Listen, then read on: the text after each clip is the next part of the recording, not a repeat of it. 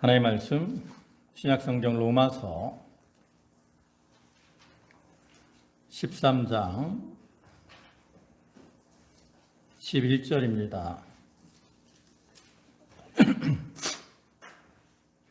로마서 13장 11절, 신약성경 페이지로는 257쪽.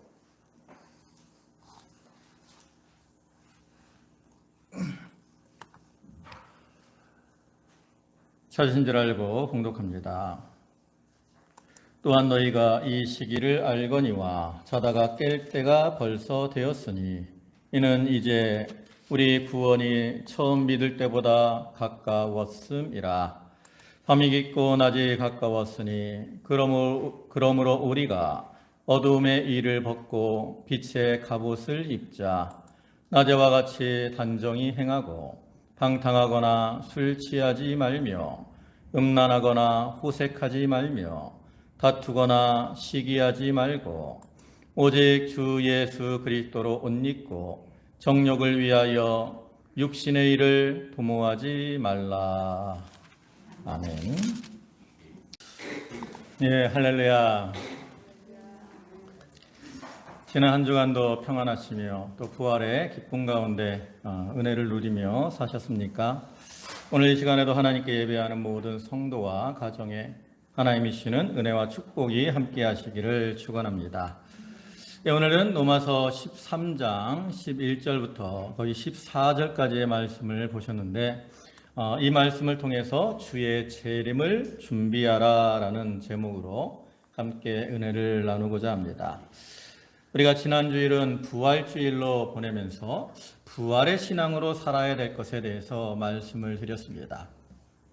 그래서 제자들이 부활의 주님을 만남으로 부활의 확신을 가지게 된 것처럼 오늘날 우리 성도들도 영적으로 주님을 만남으로 부활의 확신 가운데 살아가야 되는데 우리가 주님을 만나는 것은 예배를 통해서 또 기도를 통해서 말씀을 통해서 만나게 된다라고 말씀을 드렸습니다. 그리고 우리가 이제 부활의 신앙으로 살 때 우리가 어떠한 어려움, 어떠한 시험, 환난을 당하더라도 그 가운데서 평안할 수 있고 또 자기에게 맡겨진 사명을 담대하게 감당하며 또 믿음의 진보를 이룰 수 있다라고 말씀을 드렸는데요. 오늘은 그러한 부활의 신앙에 이어서 재림의 신앙에 대해서 좀 생각을 해보고자 합니다. 부활하신 주님께서 한 40여일을 이 땅에 계셨고 그 다음에 제자들이 보는 가운데서 하늘로 승천을 하셨습니다. 그리고 예수님은 승천하시면서 이렇게 재림에 대한 그러한 약속을 주셨습니다. 사도행전 1장 10절부터 11절을 보시면 올라가실 때에 제자들이 자세히 하늘을 쳐다보고 있는데 흰옷 입은 두 사람이 그들 곁에 서서 이르되 갈릴리 사람들아 어찌하여 서서 하늘을 쳐다보느냐. 너희 가운데서 하늘로 올려지신 이 예수는 하늘로 가심을 본 그대로 오시리라 하였느니라. 이와 같이 천사들을 통해서 우리가 하늘로 올라가심을 본 그대로 다시 재림하실 것이다 라고 재림의 약속을 주셨습니다. 여기뿐만 아니라 다른 성경의 기자들도 주님의 재림에 대해서 기록을 하고 있습니다. 대표적으로 한 몇 군데 보면 데살로니가전서 4장 16절에서는 주께서 호령과 천사장의 소리와 하나님의 나팔로 친히 하늘로부터 강림하시리니 그랬어요. 또 요한계시록 1장 7절에서도 볼지어다 그가 구름을 타고 오시리라 이렇게 말씀을 하죠. 우리가 이러한 말씀들을 통해서 알 수 있는 것처럼 주님의 재림에 대한 이 약속은 하나님이 우리에게 주신 분명하신 약속입니다. 그렇기 때문에 우리는 이러한 재림에 대한 소망을 가지고 살아야 됩니다. 주님의 재림은 우리의 구원의 완성이고 또한 최후 승리를 선언하는 사건이라고 할 수 있어요. 오늘 본문 11절에서도 거기 끝에 보면 이는 이제 우리의 구원이 처음 믿을 때보다 가까웠음이라. 이 말은 재림에 대해서 말을 하고 있는 것으로서 재림을 통해서 우리의 구원이 완성이 된다라는 거죠. 이러한 구절을 통해서 바울은 이 로마 교인들에게 또 초대교회 성도들에게 너희가 재림에 대한 재림을 고대하는 이러한 신앙으로 살아라 권면을 하고 있는 겁니다. 오늘 본문이 포함된 이 로마서는 바울이 그 이방에 있는 로마 교회를 향해서 구원에 대한 이치를 기록하고 있는 말씀입니다. 즉 믿음으로 구원을 얻는다라는 이러한 이치를 쭉 설명을 하고 있는 겁니다. 왜냐하면 그 당시에 이 초대교회에는 그 율법 유대주의자들이 많이 들어와 가지고 우리가 믿어도 율법을 지켜야 구원을 얻는다라고 주장을 하는 사람들이 많았어요. 그렇기 때문에 바울은 이 로마서 말씀을 통해서 그러한 자들에 대해서 변론하면서 1장부터 11장까지 그러한 구원의 이치에 대해서 쭉 여러 가지 방법을 통해서 변론을 하고 있습니다. 바울이 이렇게 믿음으로 구원을 받는다라는 이치를 설명한다 그래서 어떤 행함에 대해서 완전히 무시하는 것은 아닙니다.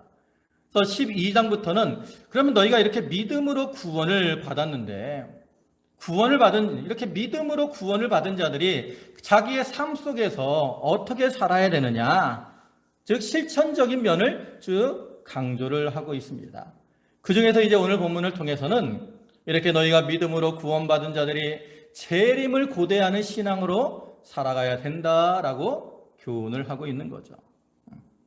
바울이 이처럼 믿음으로 사는 자들의 삶에 대해서 말을 하는 가운데 이 재림의 신앙을 가지고 살아야 될 것을 교훈하는 것은 우리가 이 땅에서의 삶의 모습과 또 재림에 대한 신앙, 이것은 뗄래야 뗄 수 없는 그러한 깊은 아주 긴밀한 관계를 가지고 있기 때문입니다.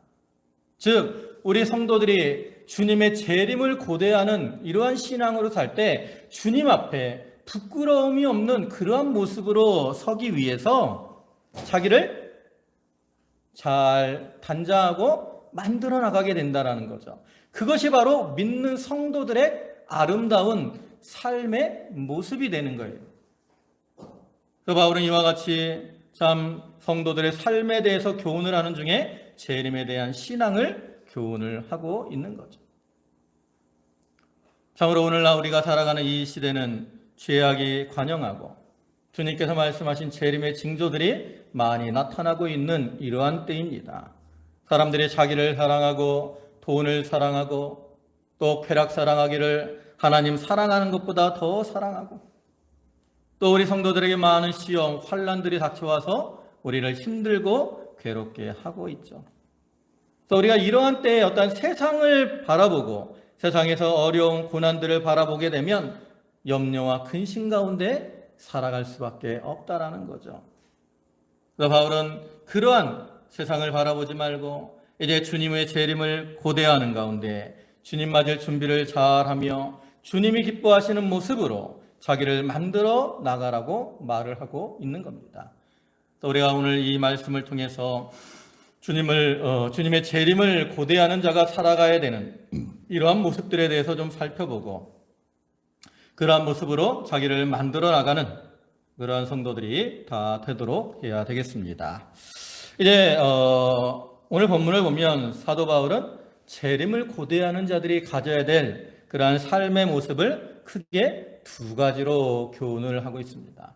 그 중에 한 가지가 시기를 잘 분별하라는 것이고요. 그 다음에 두 번째로는 자기를 잘 단장하고 빛의 갑옷을 입어야 된다라는 겁니다. 오늘 본문 11절을 보시면 또한 너희가 이 시기를 알거니와 이렇게 말씀을 하고 있잖아요. 이 말씀처럼 주님의 재림을 고대하는 그러한 자들은 시기를 잘 알고 분별하고 그 시대에 합당한 모습으로 살아가야 된다는 거예요.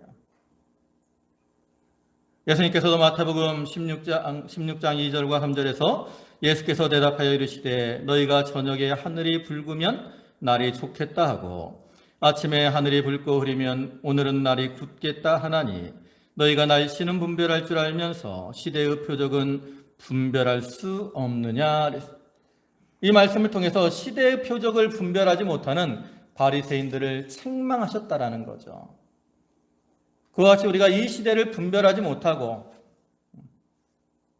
그에 합당한 모습으로 살아가지 못하면 주님께 책망을 받을 수밖에 없어요. 또 우리는 이 시대를 잘 분별함으로 그 가운데 합당한 모습으로 살아가야 된다라는 것. 노아 시대 사람들은 자기들의 시대를 분별하지 못했기 때문에 하나님의 심판을 받아 멸망의 자리에 들어가고 말았습니다.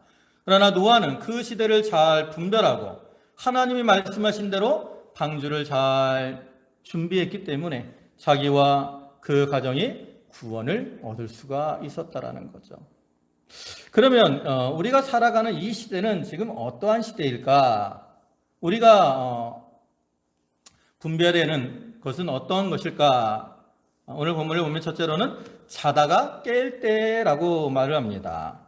거기 11절 중간을 보면 자다가 깰 때가 벌써 되었나니. 우리가 보통 밤이면 잠을 잡니다. 그러다가 이제 아침이 되면 잠에서 깨어 일어나는 것처럼 이 시대는 우리가 주님을 영접하기 위해서 깨어나야 된다라는 거죠. 깨어나야 된다라는 거. 근데 여기 보면 벌써 사람들이 자다가라는 표현을 하고 있잖아요. 이건 뭡니까? 사람들이 잠에 들어 있다라는 거죠. 신앙의 심령이 잠을 들었다라는 거. 왜 그러면 이렇게 심령에 잠을 자게 되느냐? 우리가 심령이 잠이 드는 이유는 육신을 따라 살아가기 때문입니다. 우리 사람의 본성은 육신은 어때요? 편안한 것을 추구하는 것이 우리 육신의 본성이죠. 그래서 그런 말이 있잖아요. 서면 앉고 싶고, 앉으면 눕고 싶고, 누우면 자고 싶다. 이 말과 같이 이 편안함을 추구하는 것이 사람의 본성이라는 거예요. 우리가 이제 코로나19로 인해서 2년 여가 넘게 참 일상이 회복되지 못하고 있잖아요. 그 가운데서 교회도 예배가 온전히 회복되지 못하고 있습니다. 그래서 많은 교회들이 오후 예배를 드리지 못하기도 하고 또 교회에서 식사를 못하니까 교제가 제대로 되지 않고 있고. 근데 이제 정부에서 발표하기를 내일 25일부터 실내에서 취식이 허용되고 그래서 교회 내에서도 이제 식사가 허용이 될 것이라고 이제 합니다. 또 이제 토요일 날 기도원 가서 목사님들하고 그런 얘기를 하는데 목사님들이 그러는 거예요. 2년 동안 이렇게 교인들이 식사 안 하고 빨리 집에 가니까 그걸 좋아한다는 거야. 좋아요. 또 이제 식사하고 예배 드리자고 해도 천천히 하자고 하는 사람들이 많다라는 거죠. 이런 상태가 어떤 상태예요? 신앙이 잠이 들어있는 상태라는 거죠. 여러분의 상태는 과연 어떻습니까? 여러분은 지금 잠에 깨어있는 그러한 모습으로 살아가십니까? 아니면 아직도 졸며 잠자고 있습니까? 예수님께서 마태복음 26장 41절에서 시험에 들지 않게 깨어 기도하라. 마음에는 원이로되 육신이 약하도다. 우리의 역시는 연약합니다. 그럴 때 우리는 이런 자리에서 잠이 들지 않고 깨어 있기 위해서 힘을 써야 되는 거예요. 근데 사실 말세가 되면 될수록 많은 환난들이 닥쳐오기 때문에 사람들이 잠에 빠지기가 쉽습니다. 마태복음 25장을 보면 그 10처녀 비유가 나오잖아요. 슬기로운 5처녀와 또 어리석은 5처녀의 비유가 나옵니다. 근데 그 10처녀가 다 이렇게 신랑을 맞으러 갔는데 거기 보면 뭐라고 말을 하냐면 신랑이 더디 올세 다 졸며 잠을 잤다라고 말을 하고 있습니다. 거기서 5처녀만 잠을 잔 게 아니에요. 슬기로운 5처녀, 어리석은 5처녀 모든 사람들이 신랑이 더디 오니까 다 졸며 잠을 자고 있었다라는 거죠. 그 말세가 되면 환난의 밤이 깊어지기 때문에 다 힘들어서 졸며 잠이 들게 되는 거예요. 근데 중요한 건 뭐냐? 이렇게 잠을 자다가도 깨어야 될 때가 되면 어떻게 해야 된다라는 거예요? 깨어서 일어나야 된다라는 거죠. 요한계시록 거기 10장 6절 끝에 보면 뭐라고 말씀합니까? 지체하지 아니하리니 그랬잖아요. 주님의 때는 지체하지 않아요. 남은 때가 얼마 없는 겁니다. 그래서 우리는 이러한 때를 잘 분별하고 깨어서 준비함으로 자기 앞에 닥쳐오는 환난을 믿음으로 승리하며 또 주님이 오실 때 기쁨으로 맞이하는 자가 되어야 되는 거예요. 그다음에 또 이 시대는 어떠한 시대냐? 오늘 본문에서는 밤이 깊고 낮이 가까운 때라 말을 합니다. 거의 12절 상반절로 보면 밤이 깊고 낮이 가까웠으니 이 시대는 밤이 깊은 때예요. 밤이 깊었다는 건 무엇을 가리키냐면 첫째로는 죄악의 밤이 깊어진 것을 가리키는 겁니다. 즉 주님이 재림이 가까워지면 가까워질수록 뭐가 많아진다라는 거예요? 죄악이 많아진다라는 거예요. 우리 세상 사람들은 이 세상에서 살면서 세상이 점점 살기 좋아질 것을 소망하며 살아갑니다. 실제적으로 과학이 발달을 하고 문명이 발달하니까 사람들이 살기는 좋아졌어요. 육신적으로는 편안해졌습니다. 그러나 사람들의 마음은 어떠냐? 과거보다 만족감이 어떻게 돼요? 떨어진다라는 거죠. 떨어진다는. 우리나라 60, 70년대 이때는 참 살기 어려웠습니다. 먹고 사는 것도 힘들었어요. 오늘날은 참 먹고 사는 거 뭐 그렇게 힘들지 않잖아요. 오히려 요즘은 너무 먹을 것이 많고 버려지는 게 많다고. 그런데 만족감은 떨어졌어요. 청년들에게 물어보면 우리나라를 뭐라 그래요? 헬조선이라 그런다고. 지옥과 같다라는 거예요. 왜 그럴까요? 왜 더 과학이 발달하고 문명이 발달하고 더 삶은 풍요로워졌는데 이렇게 표현을 하는 것일까? 그것은 그들의 마음속에 과거보다 더 악하고 욕심이 많아지고 악해졌기 때문에 그렇습니다. 또 이러한 모습을 디모데는 이렇게 표현을 하죠. 바울은 디모데후서에서 이렇게 말씀을 합니다. 디모데후서 3장 1절부터 보면 너는 이것을 알라. 말세에 고통하는 때가 이르러 사람들이 자기를 사랑하며 돈을 사랑하며 자랑하며 교만하며 비방하며 부모를 거역하며 감사하지 아니하며 거룩하지 아니하며 무정하며 원통함을 풀지 아니하며 모함하며 절제하지 못하며 사나우며 선한 것을 좋아하지 아니하며 배신하며 조급하며 자만하며 쾌락 사랑하기를 하나님 사랑하는 것보다 더하며. 말세를 살아가는 사람들의 모습이 어때요? 욕심이 가득 찼기 때문에 점점 기쁨, 만족을 모르며 악한 길을 걸어가고 있다라는 거죠. 이렇게 악함, 죄악이 가득한 시대, 그것이 바로 밤이 깊은 거죠. 또 밤이 깊어졌다라는 것 또 한 가지 의미는 환난의 밤이 깊어지는 것을 의미하는 겁니다. 말세가 될수록 사람들이 마음속에 욕심을 품고 만족을 모르고 악한 길로 걸어가기 때문에 그 자기의 어떤 욕심을 채우기 위해서 어떻게 해요? 다른 사람들을 괴롭혀요. 힘들게 합니다. 그것을 빼앗으려고 해요. 또 어떤 사람들은 세력을 모아서 성도들을 핍박을 하게 되죠. 그로 인해서 환난의 밤이 깊어지게 되는 겁니다. 네, 우리가 알아야 될 것은 이렇게 환난의 밤, 죄악의 밤이 깊어지면 깊어질수록 뭐가 가깝다? 아침, 낮이 가까워진다라는 거죠. 저녁 6시보다 9시가 되면 아침이 가까워지는 겁니다. 저녁 9시가 되면 9시보다 12시가 되면 밤은 더 깊어지지만 아침은 더 가까워지는 거죠. 또 12시보다 새벽 3시가 밤은 더 깊어지지만 또 아침은 더욱 가까워지는 거예요. 이와 같이 밤이 깊어질수록 아침 또 밝은 낮은 가까워지게 되는 겁니다. 또 우리는 이러한 죄악의 밤, 또 환난의 밤이 가까워지면 가까워질수록 재림의 때, 낮이 가까워지는 줄 알아야 돼요. 여기서 말하는 낮은 바로 재림의 때를 가리키는 겁니다. 여러분, 이 세상이 어두움의 세상인 이유가 뭡니까? 그것은 어두움의 주관자인 사단이 역사를 하고 있기 때문입니다.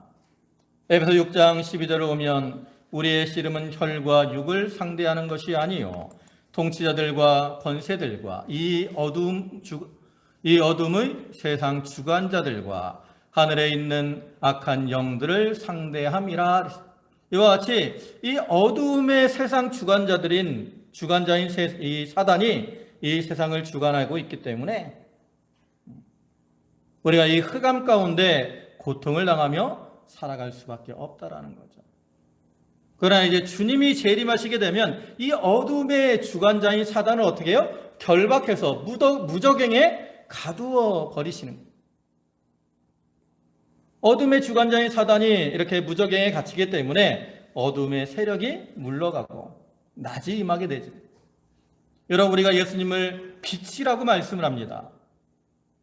요한복음 1장 4절을 보면 이 생명은 사람들의 빛이라. 예수님은 생명의 빛이 되시는 거예요. 그래서 이러한 생명의 빛이 되시는 주님이 이 땅에 다시 임하실 때 그 어둠의 주관자인 사단은 쫓겨날 수밖에 없고, 그로 인해 이 죄악의 밤은 종말을 고하게 되는 거죠. 또 이 낮이 임한다라는 것은 성도의 구원이 가까워졌다라는 그러한 의미입니다.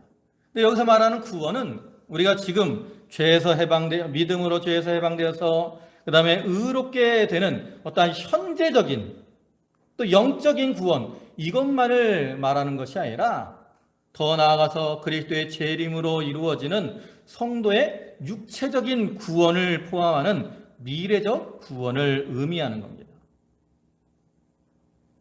그래서 바울은 로마서 8장 23절에서 그뿐 아니라 또한 우리 곧 성령의 처음 익은 열매를 받은 우리까지도 속으로 탄식하여 양자될 것 곧 우리 몸의 속량을 기다리느니라. 여기서 말하는 몸의 속량, 이게 우리 육신의 구원을 가리키는데 그 구원이 언제 이루어져요? 그리스도의 재림의 때에 이루어지게 되는 거죠. 우리가 지금은 우리의 영이 구원을 받았습니다. 그러나 육신은 아직도 어디 가운데 있어요? 부패성 가운데, 죄 가운데 살아가죠. 그래서 이 육신은 아직도 어두움에 얽매여 있는 거예요. 어두움에. 그러나 이제 주님의 재림의 때가 되면 빛이 임하게 되고 그 후에 우리에 대한 구원이 이루어지는 겁니다. 여러분, 밤이 깊어지면 깊어질수록 죄악이 관영하면 관영할수록 그 가운데 뭐가 임합니까? 하나님의 심판이 임합니다. 그리고 그 심판 후에는 뭐가 있어요? 구원이 있는 거예요. 그래서 노아 시대에도 죄악이 관영하니까 하나님이 세상을 심판하셨습니다. 그러나 그 이후에 노아의 가족에게는 구원이 있었죠. 또 이스라엘 백성들이 죄악이 관영하니까 하나님이 바벨론이나 아수르를 통해서 그들을 심판하셨습니다. 그러나 그 이후에 70년이 되니까 하나님이 그들을 그 포로에서 구원을 해 주셨습니다. 그와 같이 말세에도 죄악이 관영하게 되면 그로 인해 이제 하나님의 심판이 가까워집니다. 주님의 재림은 심판을 위한 재림이거든요. 그러나 그러한 심판을 통해서 또한 우리의 구원을 완성시켜 주시는 거죠. 그래서 우리는 이러한 때를 좀 잘 분별해야 됩니다. 이 시대는 참 밤이 깊은 그러한 시대지만 그로 인해 낮이 가까워지는 때이고 우리가 이제 잠자린 자리에서 깨어나야 되는 그러한 시대라는 것을 바로 알아야 돼요. 그리고 이제는 깨어서 주님 맞을 준비를 잘 해 나가야 되는 거죠. 그럼 우리가 이제 주님 맞을 준비를 해야 되는데 주님을 맞을 때 우리는 어떠한 모습으로 주님을 맞아야 될까? 그래서 마치 신부가 신랑을 맞이하는 것처럼 우리가 자기를 잘 단장하고 주님을 맞아야 됩니다. 아까 더 얘기했던 그 마태복음 25장의 10 처녀가 이제 나아갔는데 왜 나갔습니까? 그들이 뭐 하러 나갔어요? 열 처녀가 뭐 하러 갔습니까? 신랑을 맞으러 간 거예요, 신랑을.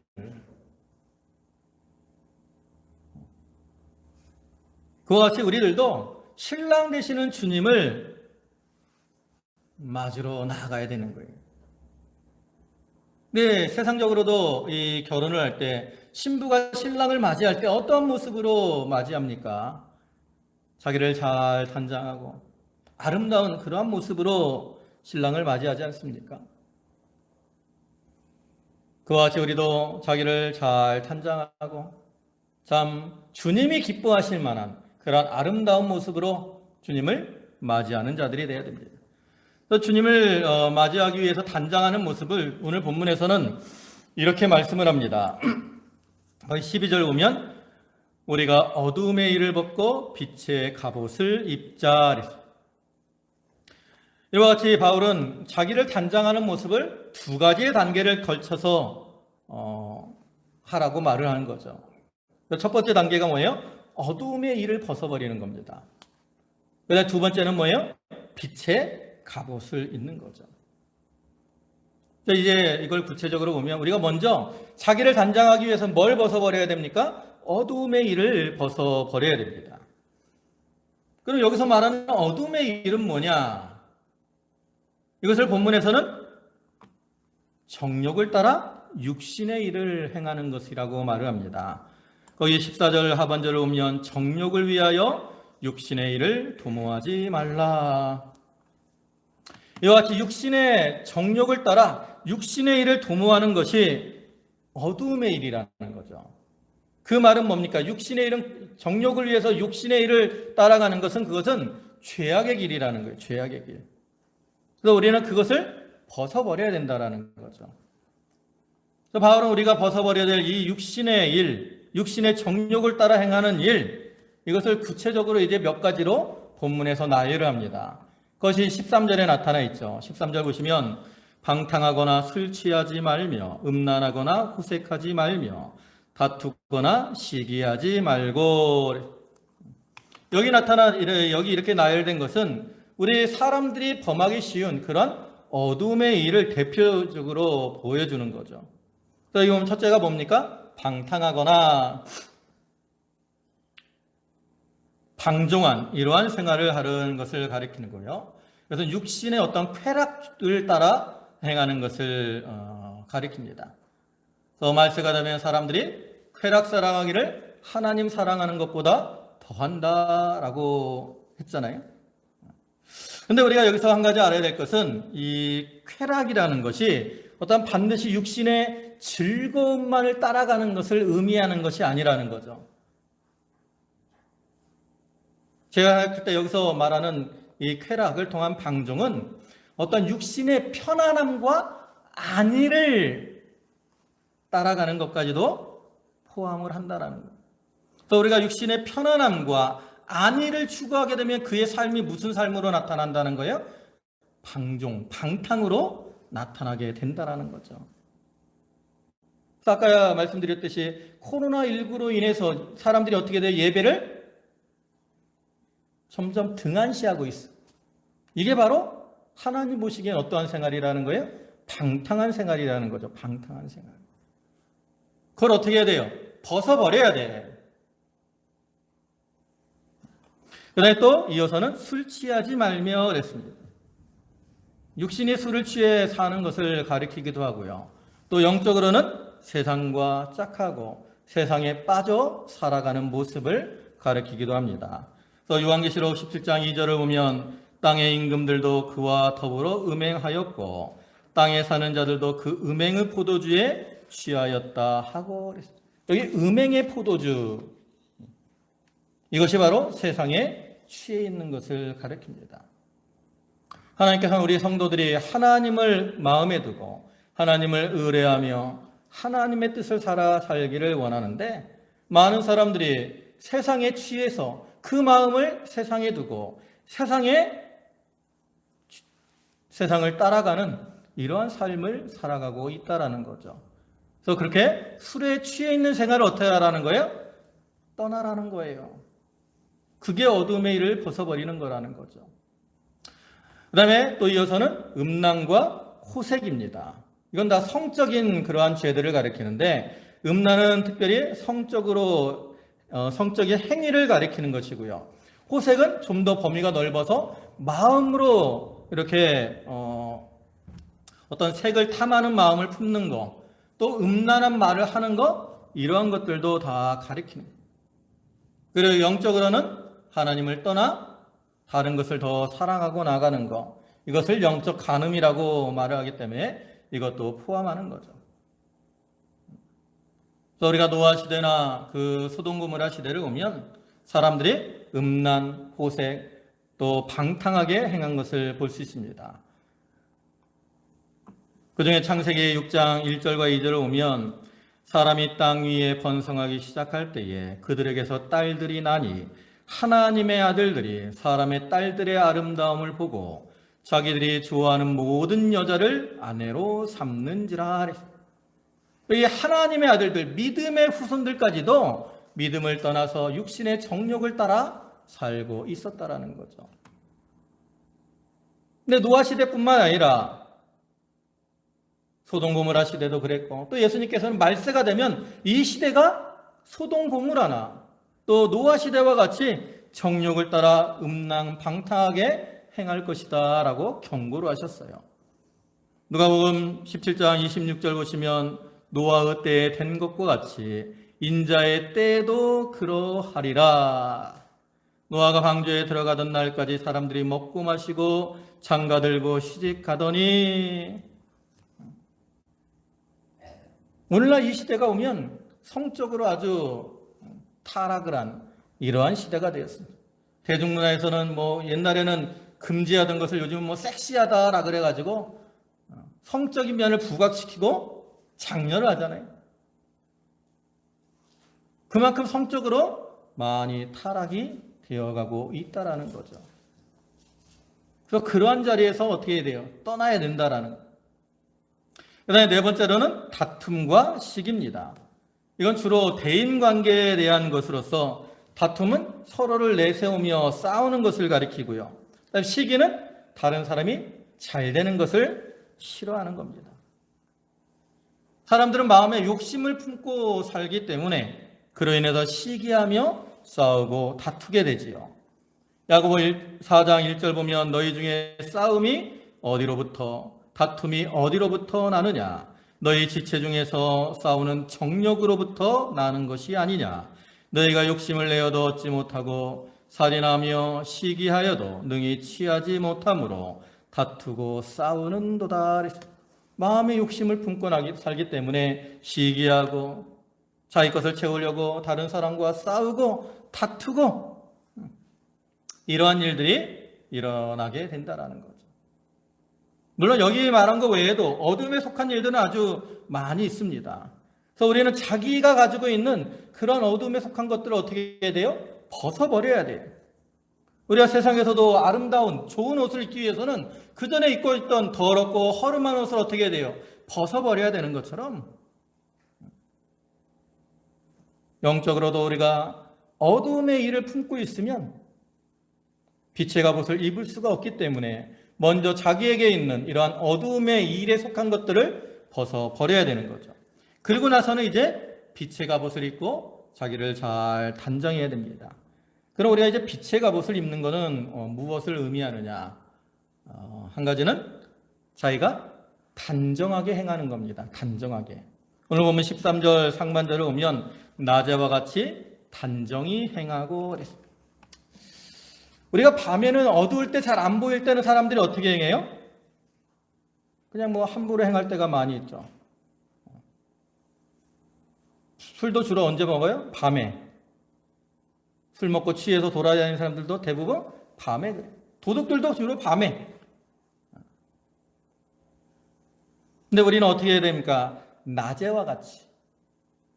지금이 어두움의 밤이고 흑암의 밤일지라도 우리는 지금을 낮과 같이 여기고 어떻게 해야 됩니까? 단정히 행해야 돼요. 낮에 행하는 것처럼.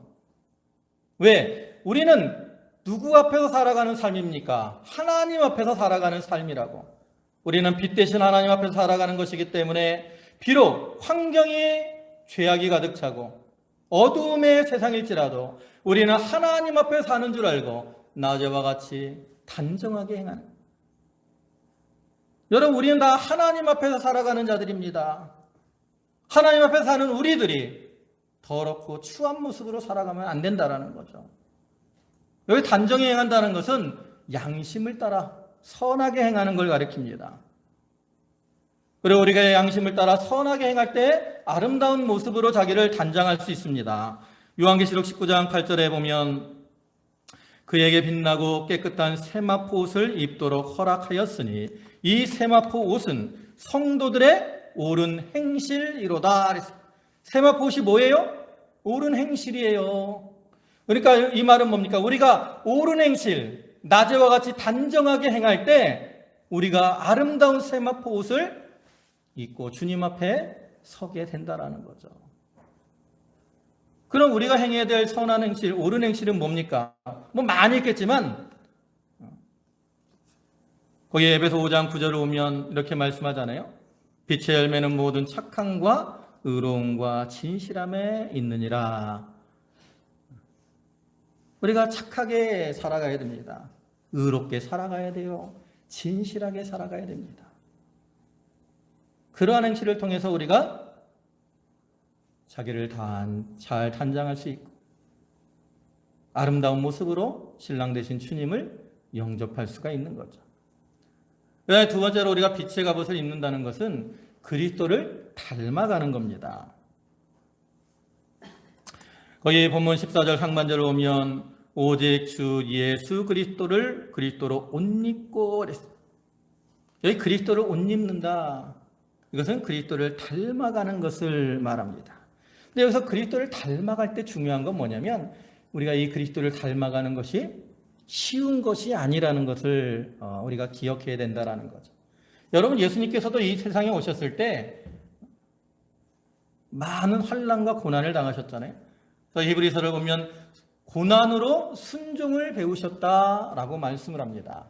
그와 같이 우리가 주님이 고난을 통해서 자기를 만들어 나가신 것처럼 오늘날 우리들도 주님을 닮아가고 그리스도를 옷 입어 나가려면 뭐가 우리 앞에 있겠습니까? 고난이 있다라는 거죠. 그 고난을 이겨내려면 어떻게 해야 돼요?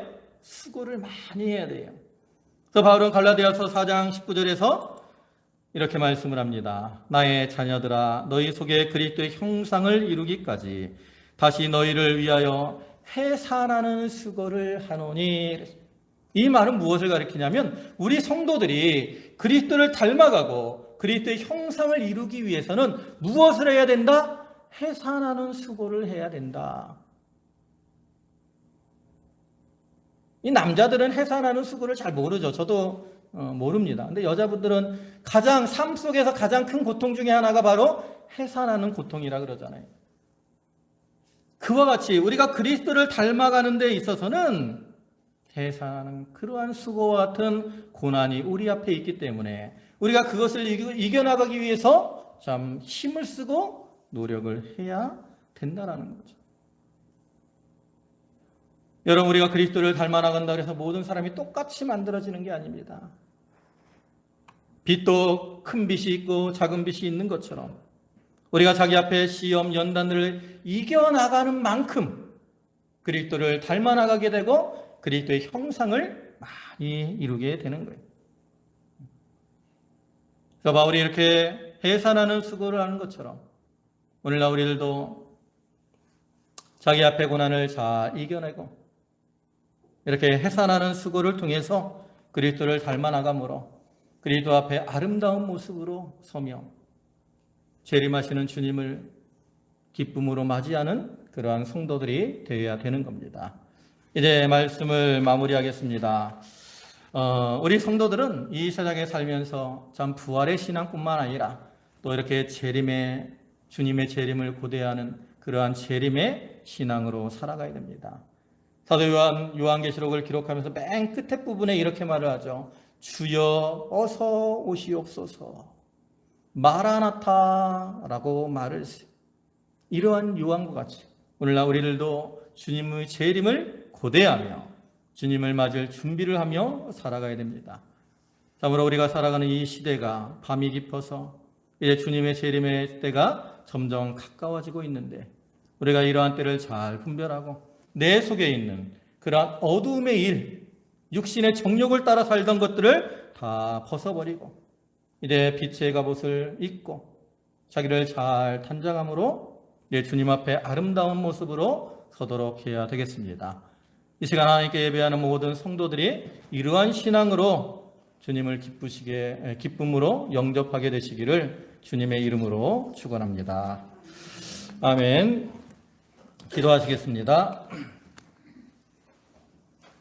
전능하신 주님, 하늘 보좌를 내어놓으시고 이 땅에 오셔서 십자가를 통해 우리의 죄를 사하시고 부활로 구원을 이루시고 이제 하늘로 승천하셔서 하나님 보좌 우편에 계시다가 또 때가 되매 이 세상에 재림하셔서 세상을 심판하시고 우리에 대한 구원을 완성하실 것을 약속해 주셨사오니 주여 감사를 드립니다.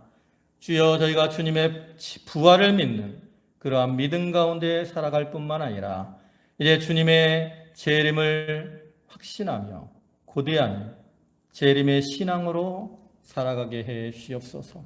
우리가 날마다 주님의 재림을 고대하며 이 시대를 잘 분별하여 이제는 잠자는 자리에서 깨어나게 하시고 또 자기에게 있는 모든 어둠의 일들, 육신의 정욕을 따라 살던 것들을 다 벗어버리게 하시고 참 낮에와 같이 단장하게 행하며 또 그리스도를 옷 입어 아름다운 모습으로 주님 앞에 설 수 있는 저희들이 다 되게 하여 주시옵소서. 아버지 하나님, 코로나로 인해서 많이 힘들었지만 이제 하나님께서 회복되게 하시니 감사를 드립니다. 아직도 코로나 확진자들이 많이 나오는 가운데 있지만 이제 우리의 일상이 회복되는 가운데 있사오니 주여 저희가 아니라던 이러한 자리에서 떠나 우리의 믿음이 우리의 또 신앙이 온전히 회복되어 하나님을 기쁘게 섬기며 예배할 수 있도록 도와주시옵소서.